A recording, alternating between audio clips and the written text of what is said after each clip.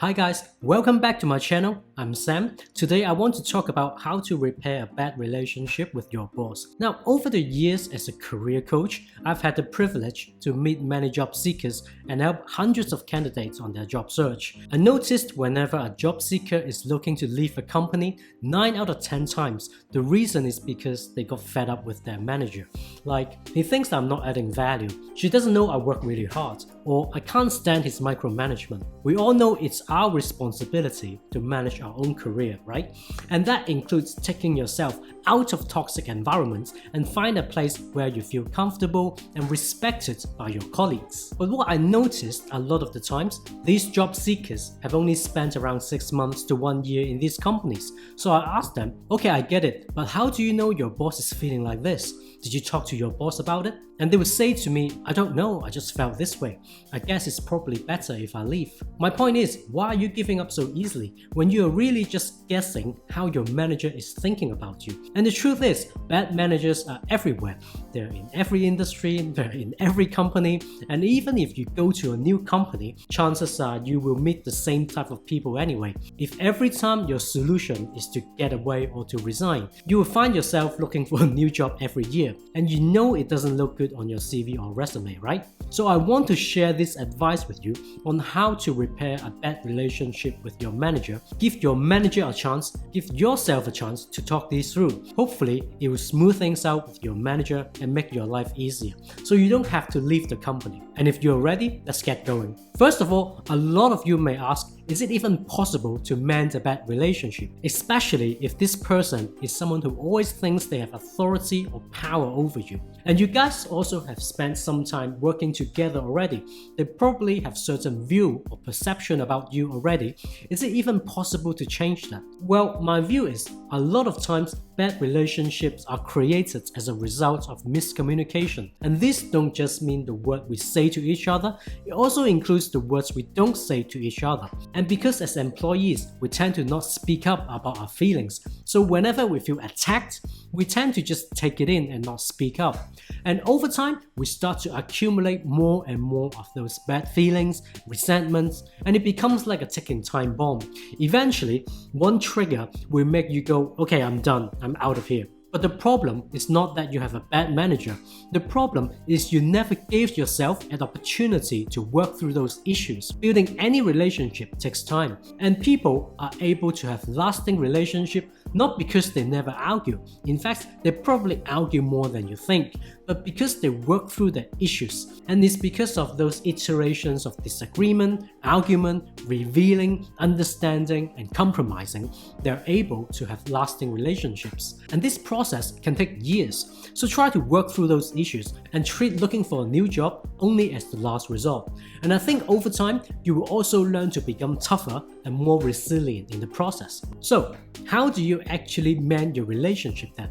Here are the 4 steps that I suggest. Step number 1, find a suitable time to talk. Now, this is an obvious one. Find a time when both of you are not too busy, like you're not in the middle of meeting a deadline or rushing through a project. The ideal time probably is your regular one-on-one time with your manager if you actually scheduled one. But if you don't have any regular one-on-one meetings scheduled, try to be proactive. Schedule one with your manager. Don't wait until someone else takes action, because they never will. Step 2, start the conversation by showing empathy. Once you guys have sat down and have done the usual BS talk, start the serious part of the conversation by telling your manager that you're on the same side as him. Don't start off by talking about you.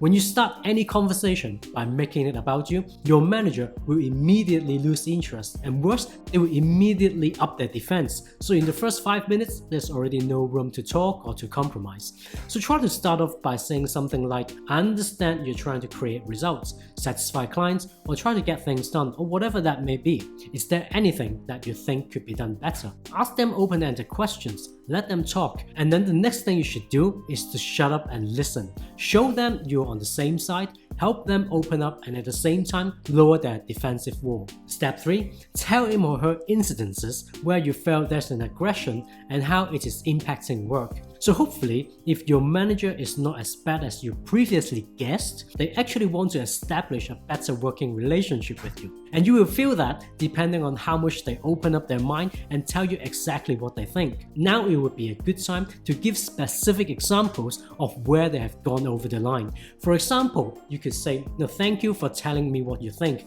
I understand you want to get things done, and I'm on the same side as you. But I noticed there are times when we agreed something on Monday, sometimes you may change in the middle of the week, and sometimes you may come up with a completely new idea the week after. I thought you might be doing this because something is not right.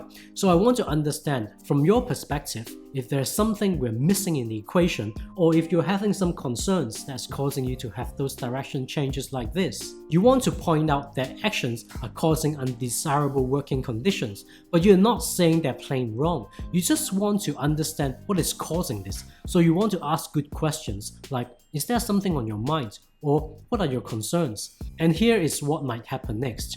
Either your manager blames you for causing all these, so basically they're attacking you again.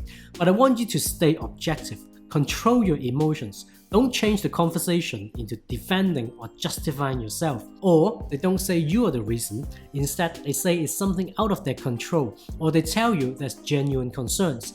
Your goal here is to make sure both of you are in agreement of the problem before you move on. So as a good listener, you should always be taking notes. And once your manager is done talking, you should summarize what they say like, "I understand that you have these views 1, 2, 3 about me, is that correct?" Or, "I understand your concerns are 1, 2, 3, is that correct?" Make sure they say yes or "I agree" before you move on. And you could keep going by asking, "Is there anything else?" until you guys arrive at the root of the problem. Step 4, the last part, is ask how they would like this done differently to avoid the problem from happening again going forwards. So hopefully when you get to this stage, both of you are in agreement with what's happening. Make sure you two are on the same page and that this is not a confrontation. You're on their side, you want to make things better, because only then would it feel safe for both of you to speak your mind and be open to change. That's why you should keep looking for phrases like "I agree," "I feel the same," and once you guys are in agreement of the problem, you can ask them how it can be done differently or better. Now in this example, the solution is obviously to have him not changing his mind every single time. So you could ask something like, "Is there anything you would like to see differently during our meeting so you no longer have those concerns?" Again, let them have a go at saying what they think the solution could be first. Avoid being the first one to offer solutions even though you already have it in your mind, because you want to make it about them, not you.